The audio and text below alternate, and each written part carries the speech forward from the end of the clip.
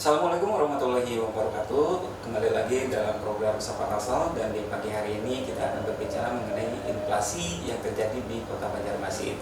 Dan bersama kami sudah hadir Kepala Badan Pusat Statistik Kota Banjarmasin, Bapak Ahmad Rusiano. Ya, apa kabar Pak? Alhamdulillah. Alhamdulillah baik ya. Dan cuaca buruk yang seperti ini kan biasanya hujan, pagi-pagi hujan, kemudian sore hujan, kadang-kadang besoknya itu kering gitu seperti itu. Berarti stamina harus kuat ya Pak ya? Harus kuat. Iya. Itu berpengaruh terhadap surveyor nggak Pak untuk inflasi Pak? Yang jelas pada komoditas Pak. Pada komoditas. Kalau surveyornya kan itu karena kewajiban. Iya. Fight aja ya Pak ya? Iya. Okay. Apa Pak di komoditas apa yang biasanya disurvey oleh BPS sendiri Pak? Kalau komoditas yang disurvei BPS dalam kegiatan inflasi itu ada 386, jadi ada 386 keranjang komoditas yang kita survei. Jadi ada yang disurvei secara mingguan, ada setengah bulanan, ada bulanan. Jadi untuk komoditas-komoditas yang sifatnya fluktuatif, yang cepat sekali turun naik harganya, maka itu kita lakukan secara mingguan. Jadi contohnya kayak BBM, beras, bahan kebutuhan pokok lah, atau juga mingguan. Tetapi yang komoditas yang pergerakannya itu tidak terlalu fluktuatif dalam waktu singkat, maka kita lakukan setengah bulanan atau bulanan. Seperti kita juga mensurvei sewa rumah, termasuk juga pakaian. Jadi ya dari 386 komoditas itu ya kita survei semua. Lumayan banyak Pak. Lumayan banyak ya, item-itemnya banyak juga. Untuk tahun yang bulannya itu apa Pak? Yang bulanan ya kayak pakaian itu Pak. Oh iya, kayak pakaian. Berarti yang paling dinamis itu ada kebutuhan pangan ya Pak? Pangan, ya. Kebutuhan pangan dan BBM. Kebutuhan pangan dan BBM ya mungkin. Bukannya BBM itu kan udah ada standarisasi harga dari pusat Pak? Kan nggak terlalu fluktuatif juga kalau misalnya itu BBM. Jadi kita kan yang namanya inflasi itu indeks yang kita pakai adalah indeks harga konsumen. Jadi itu pemakai akhir. Jadi objek survei kita itu bukan hanya di pom bensin, bukan, tapi juga pedagang eceran. Pedagang eceran. Jadi kan masyarakat kan bagaimana mendapat harga BBM gitu. Jadi bukan artinya yang seharusnya kan di pom bensin, tapi di tempat kita pada kenyataannya kan masih banyak. Dan itu menjadi objek yang ini, yang disurvei. Survei. Kalau untuk di SPBU itu ya, sudah semuanya kan sesuai rata ya Pak ya. Sesuai dari keputusan pusat kan, itu yang beda. Nah sama juga dengan LPG. LPG kita ada yang di pangkalan sebagai cross check, juga langsung ke pedagang pengecernya. Jadi kalau di pangkalan kan cenderung harganya tetap aja lebih jauh sekarang. Tapi kan itu kalau misalkan untuk di eceran kan jumlahnya kecil Pak dibanding dengan di SPBU, atau malah sebaliknya? Lumayan Pak. Lumayan jauh. Jadi terutama yang bulan kemarin itu kayak LPG ya. LPG kalau di pangkalan itu kan masih 18 sesuai dengan headnya. Iya betul. Nah tetapi kenyataannya di lapangan itu 35, 30. Nah itu yang kita survei, jadi bukan yang di pangkalan. Yang bukan di pangkalannya ya Pak ya? Artinya yang dinikmati masyarakat atau konsumen. Oh langsung ke objeknya dan langsung ke masyarakatnya seperti itu. Dan itu sering kali terjadi fluktuatifnya Pak ya, seperti itu? Kebijakan kalau untuk kayak LPG itu kan tergantung, BBM juga tergantung kebijakan pemerintah kan gitu. Jadi kayak kemarin BBM itu kan naik, jadi salah satu pemicu naiknya inflasi itu karena kenaikan harga dari pemerintah. Iya betul. Dan dia termasuk yang salah satu barang yang dibutuhkan masyarakat. Betul. Gitu. Berarti perputaran, kembali lagi kepada BBM yang diecer itu, berarti perputaran ekonominya cukup tinggi juga ya Pak ya? Dari semacam tadi gas, kemudian juga untuk BBM yang diecer gitu, seperti perputarannya berarti tinggi juga ya Pak? Lumayan. Jadi itu ya memang kalau dari sisi usaha kan otomatis ada kebutuhan ekonomi, tapi ya kita lihat sekarang kan konsennya di harga ya, jadi otomatis masyarakat kan malah ya adanya kecenderungan naik dari pemerintah, maka yang di eceran tuh belum naik sudah naik. Gitu. Iya. Itu yang dan itu ya emang terjadi di dalam pasar ya seperti itu, emang kan apa ya istilahnya pasarnya emang demikian ya seperti itu. Tapi kalau misalkan kembali ini cukup menarik juga kalau misalkan kita berbicara tentang gas yang utamanya itu gas 3 kg ya Pak ya seperti itu kan, itu yang menjadi bahan utama, objek utama untuk disurvei. Ya, jadi gas itu kita juga mendata di pangkalannya. Jadi di pangkalan juga kita data, tapi lebih banyak juga di ecerannya.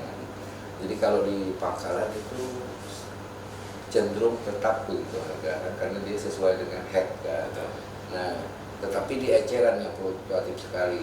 Jadi saya nggak tahu mekanisme pasarnya kayak apa, tapi yang jelas untuk LPG ini kadang-kadang kalau apalagi ada kebijakan penertiban atau apa begitu jadi 25 atau jadi 20, tapi nanti balik lagi jadi 35, 30 begitu. Ya, gitu. Ya. Jadi kalau misalkan ini ada harga yang paling tinggi gitu ya, misalkan menyentuh bisa sampai menyentuh 40 nggak Pak? Kita tahan dulu. Kita akan kembali saudara setelah jeda iklan berikut ini.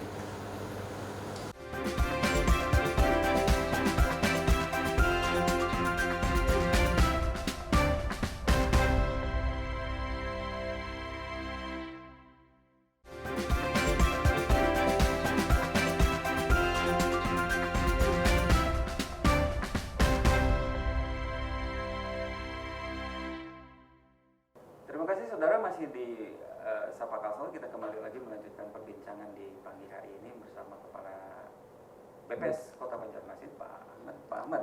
Kalau tadi berbicara tentang ada range-nya nggak sih kalau misalkan untuk harga misalkan harga eceran itu menyentuh 40 atau seperti apa gitu kan?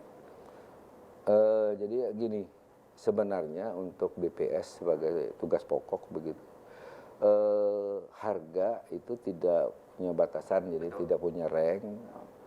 Karena apa? Kami hanya sebagai pemotret, Pak. Jadi kadang-kadang di sini yang perlu dijelaskan bahwa BPS hanya sebagai pemotret untuk kondisi harga yang ada di konsumen. Jadi misalkan ada terjadi kenaikan harga yang luar biasa, yang bisa ditempuh oleh BPS adalah menghubungi tim pengendali inflasi daerah. Jadi kami dalam keseharian sebagai narasumber, jadi bukan anggota tim. Jadi kita menyampaikan dengan tim inflasi daerah hasil bahwa survei kemudian dikasihkan ke tim pengendali inflasi. Kita beri warning mereka, karena salah satu juga kan BPS sebagai instansi pemerintah dan warga negara, kita punya kewajiban juga untuk menyampaikan begitu. Jadi kita sampaikan dengan teman-teman TPID bahwa ada gejolak harga yang cukup signifikan. Nah, dengan itu maka teman-teman di TPID lah yang menyikapinya begitu.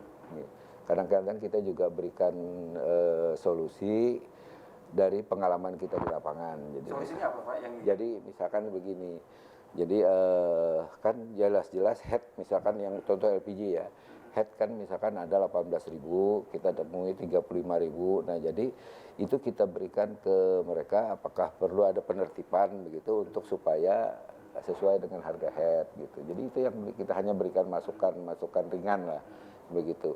Nah termasuk kayak kemarin harga bawang itu kan kalau musim yang seperti ini gelombang besar atau iklim lagi ekstrim itu kan mahal.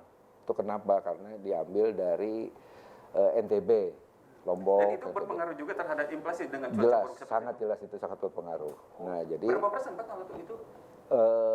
Apa namanya kalau itu ada istilah kami itu adalah sumbangannya terhadap inflasi ya. Jadi ini kebetulan saya nggak bawa untuk yang sumbangan per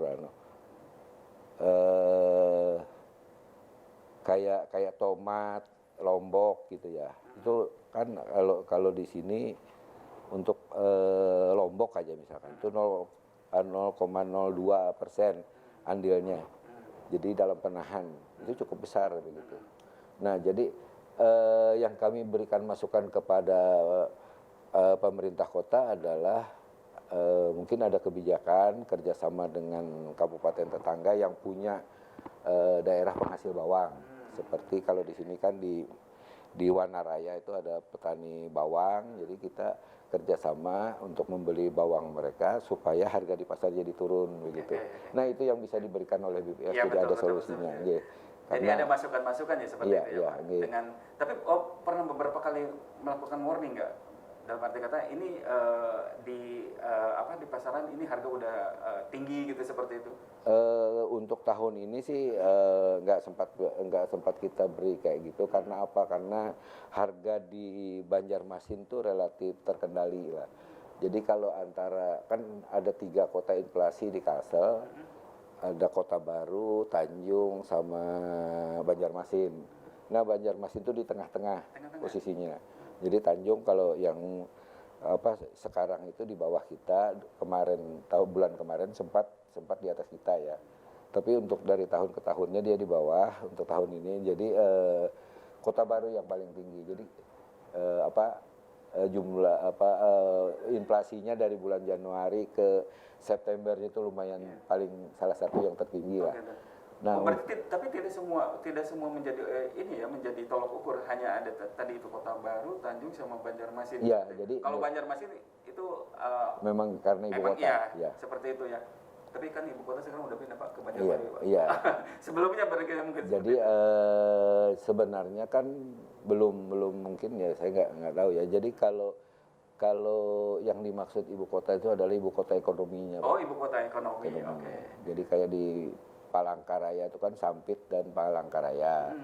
Jadi kalau di tempat kita ya yang Banjarmasin sebagai ibu kota ekonomi, sementara yang Kota Baru itu bisa mempengaruhi tanah bumbu harganya.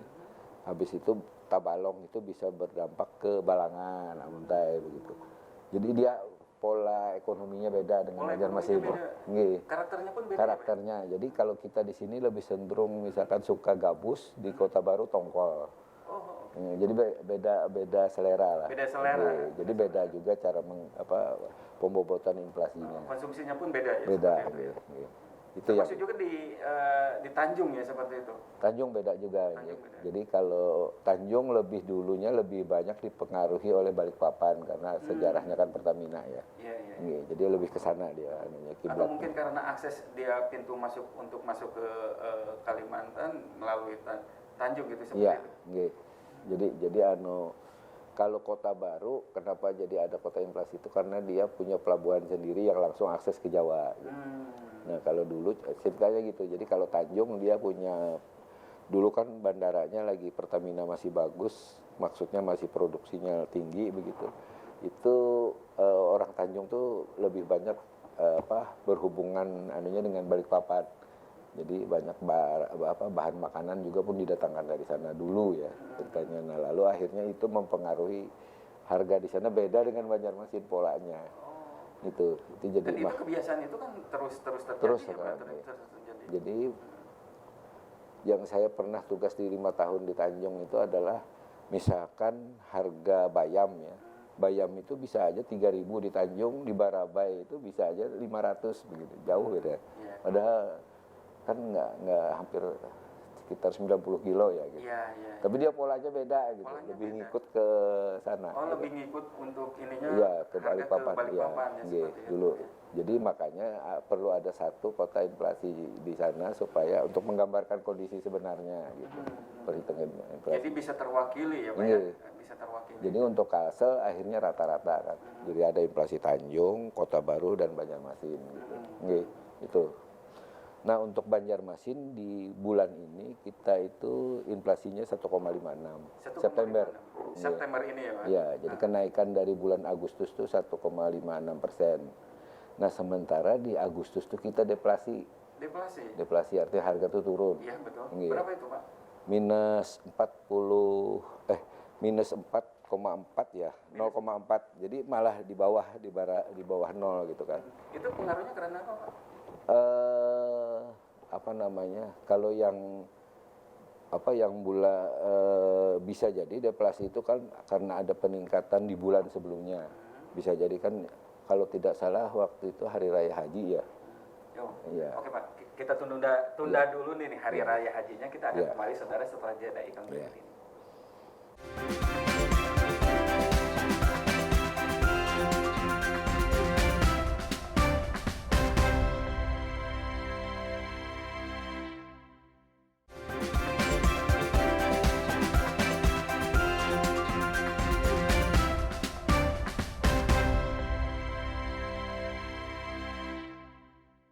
Terima kasih saudara, masih di program Sapa Kasal dan kita kembali melanjutkan perbincangan pada pagi hari ini. Kita berbicara tentang inflasi yang terjadi di Kota Banjarmasin selama 1 tahun terakhir ini, sampai minimalnya sampai bulan ini saudara. Dan Pak tadi berbicara tentang umroh haji ya, haji. Seperti itu. Itu berpengaruh juga terhadap inflasi atau bagaimana pergerakan ekonomi di Kota Banjarmasin sendiri? Jadi di Banjarmasin kan ada hari-hari besar ya, kan di sini umumnya umat Muslim, maka hari raya Fitri, Haji itu kan mempengaruhi harga-harga makanan gitu.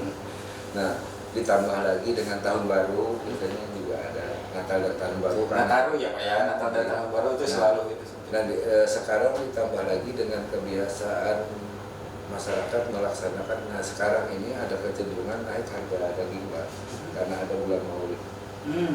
Jadi bulan Maulid pun akan mempengaruhi. Jadi hari-hari keagamaan di daerah ini akan mempengaruhi harga.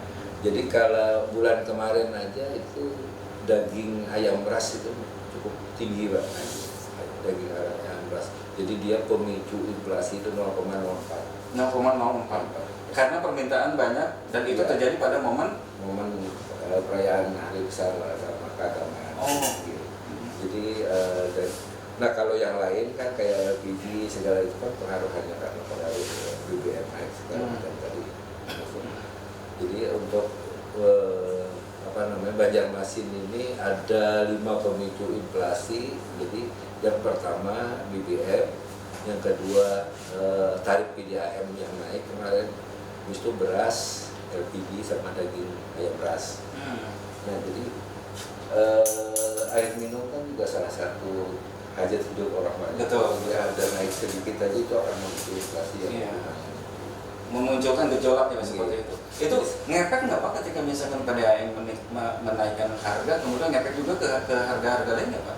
Mau nggak mau. Jadi jadi karena bahan kebutuhan pokok naik, otomatis kan menyeimbangkan sendiri ya. Jadi yang lain juga naik. Jadi ada efeknya lah. Jadi karena kan air PDAM juga bukan hanya untuk konsumsi, kadang-kadang juga dipakai untuk kebutuhan yang lain. Betul. Itu yang menyebabkan kenaikan harga yang lain. Contoh juga kayak BBM. Kalau BBM sih kalau komponen produksi itu katanya sekitar 0, berapa persen gitu. Tetapi itu real di produksi. Tapi kalau kan dia akan berpengaruh dengan angkutan. Betul. Bukan hanya produksi. Itu yang akhirnya naik sedikit aja BBM, walaupun ya naik berapapun BBM tetap dibeli orang. Iya, kan butuh mau nggak mau gitu. Iya. Dan nggak bisa juga dengan air ya Pak ya? Iya, sama dengan air, kayak berapapun naiknya tetap karena itu butuh tetap dibeli. Ya. Itu yang masalahnya. Termasuk juga tadi yang beras yang dikatakan beras juga. Iya. Jadi kalau beras ini karena ada dipicu oleh tungro, ada hama penyakit tungro. Kalau orang Banjar bilang tungau. Nah itu yang menyebabkan produksi beras menurun. Termasuk juga pengaruh cuaca katanya. Jadi kalau di beberapa tempat yang sekitar Banjarmasin kemarin kan terlalu basah, hujan terus, itu juga tidak baik untuk pertanian. Itu kalau untuk beras yang terjadi di bukan terjadi ya, yang ada di pasaran Banjarmasin itu beras dari mana Pak? Apakah beras lokal atau beras dari luar Kalimantan Selatan sendiri? Jadi kalau Banjarmasin kan justru mengoper ke Kaltim dan Kalteng gitu. Jadi bukan Nah, jadi sebagai pintu masuk ya Pak? Kalau beras kita itu dari Sulawesi gitu ada. Jadi dari Sulawesi, tapi penghasil beras juga Kalsel. Nah, orang Kalsel terbiasa dengan berasnya sendiri. Jadi walaupun ada dia produksi beras unggul, tapi biasanya itu dijual. Jadi untuk konsumsi itu adalah beras yang tahunan, beras Banjar, Mayang. Jadi apa namanya, kayak apapun, kayaknya selera kan faktor selera. Itu mereka tidak bisa merubah itu. Nah, sayangnya beras lokal ini tahun ini banyak dianukan sama penyakit itu tadi.